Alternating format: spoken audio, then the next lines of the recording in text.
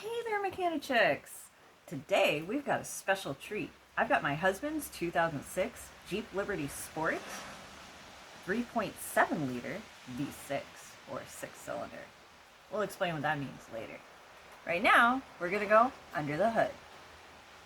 First things first, on the driver's side or left front, we have the brake fluid. You can identify the brake fluid by the symbol on the top of the reservoir. It's a circle with parentheses around it. That's supposed to indicate stop. Remember the flashlight trick? Well, because of the lighting in the garage here, I have to put it off to the side. But probably when you check it, putting it on top will illuminate it much better for you. So just go ahead and shake it. We can see it's nice and full. Next, we have the battery.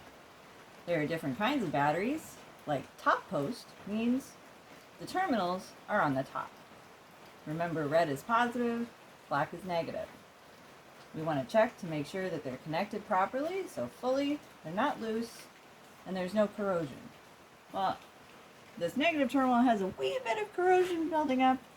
We can just brush that off with a wire brush and we'll be good to go. Check the positive. That one looks nice and clean. Next, we've got the fuse box. You don't really want to access this unless you have some kind of electrical problem. You want to check to see if the fuse is blown.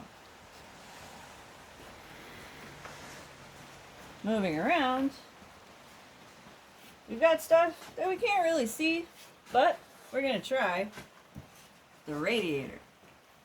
Now, the radiator is at the front of the engine so that cool air when your vehicle is moving will go through and cool the coolant before it goes back into the engine block. So that way the coolant isn't hot and helps to cool the engine, such as the name coolant. You will see sometimes other little ones, if I can get my awesome videographer to come a little closer. We have a little bitty one in front of that. Sometimes these will be for your power steering fluid to cool the power steering fluid. Sometimes they will be for your transmission fluid to cool the transmission fluid.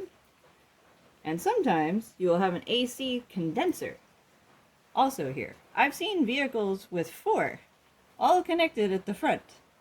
So sometimes you'll see more than one. Just rest assured, the very big one is the radiator. Now moving over to the right front of the vehicle, we have the washer fluid reservoir. You can identify that by a picture of a windshield and water squirting out.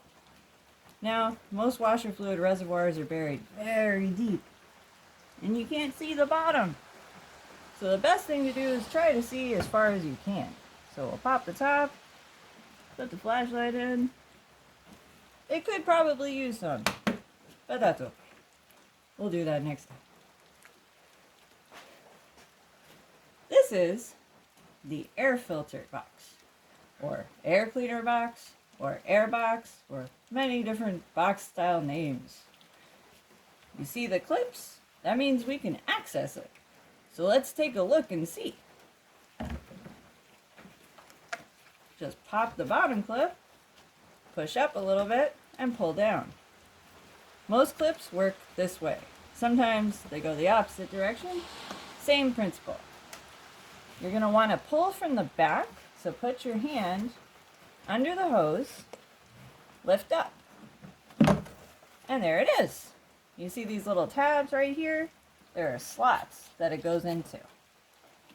Now, this is your air filter. We're going to pull it out, and we're going to see what it looks like. Grungy! That's okay. Just means my husband's been driving it. That's good. Now, what is the point of this, you may wonder? Well, your engine has to suck in air. So, you don't want debris and other particulates to get into the system. So it filters that to make sure that things like dirt, pine needles, sand, rocks don't get in there. Now, it's super easy to take these things out. Put in them back in can be a pain in the butt. But we got there. And this is one of those times where I recommend a friend to help just in case. So it's a good thing I've got my husband behind the camera. This tube sucks the air and goes to the throttle. Right there. That's your throttle assembly. The throttle is connected to the gas pedal or accelerator pedal.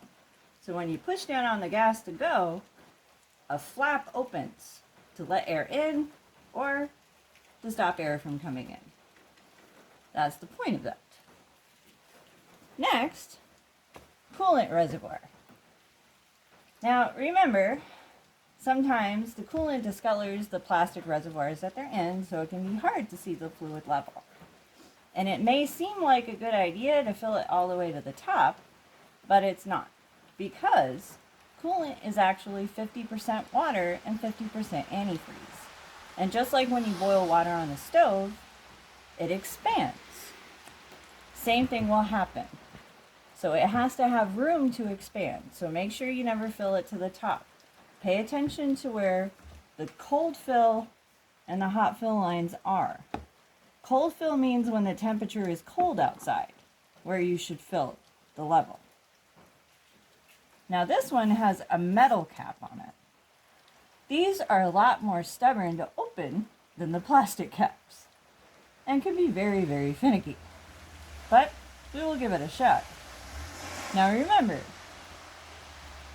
you want to try to find an upper radiator hose to see if your system has pressure.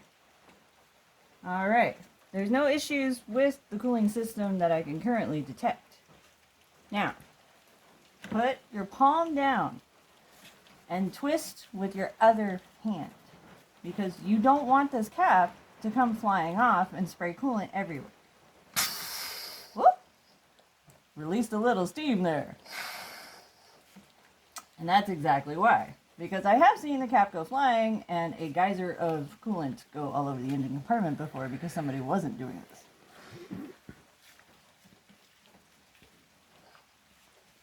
And you can pull the cap up, and put the flashlight in, and we can see the coolant level is good. Little flashlight trick really comes in handy. Now push down and twist. Make sure it's nice and secure, because when it needs to expand again, you don't want this popping off while you're driving and having coolant go all over your engine.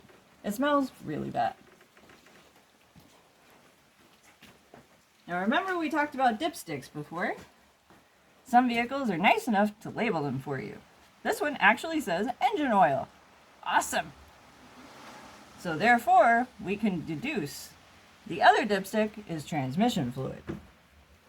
And it's hard to read it. However, if it doesn't say oil on it, it's got to be transmission, because those are the only two dipsticks you will have in your engine compartment. Now, here's an important tip. Engine oil must be checked with the engine off, because there is a pan at the bottom of your engine block where the oil goes when your engine shuts down. And that's how you can determine if the proper level of oil is in the pan. To check your transmission fluid, however, the vehicle needs to be running, because the fluid actually goes to the top of the transmission. And that's where the stick ends up. First, we'll check the engine oil. Sorry, I have to put down the flashlight. Remember, put your finger through, pull up, try to keep it as straight as possible, wipe off the stick, put it back in the tube as straight as you can, although they can be quite bendy, and pull it out again. All right. So since it's a little dark in here, I'm going to grab the flashlight, and it says it's over the safe level. Sometimes you'll see a minimum and maximum. Sometimes you'll see cold level, hot level. It just depends on the manufacturer. But as long as it's over the safe zone, we're good to go. Now, here's a helpful tip. It looked really clean on the stick because it was nice clean oil because he did his oil change recently. But if you have a towel, if you can see here, it'll actually leave a mark on the towel. So if you have super clean oil and you're having a really, really hard time trying to figure out where it is, get a white towel, like a paper towel. And what you do is you do this and you fold it. And it'll show you where the line is on the towel. See? There's a line, and you can match it up to the stick. It's a great little tip there.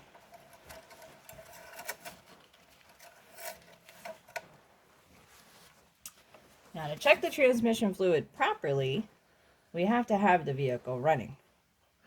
So, we will do that once we're done with everything else. So we have a couple more things to do.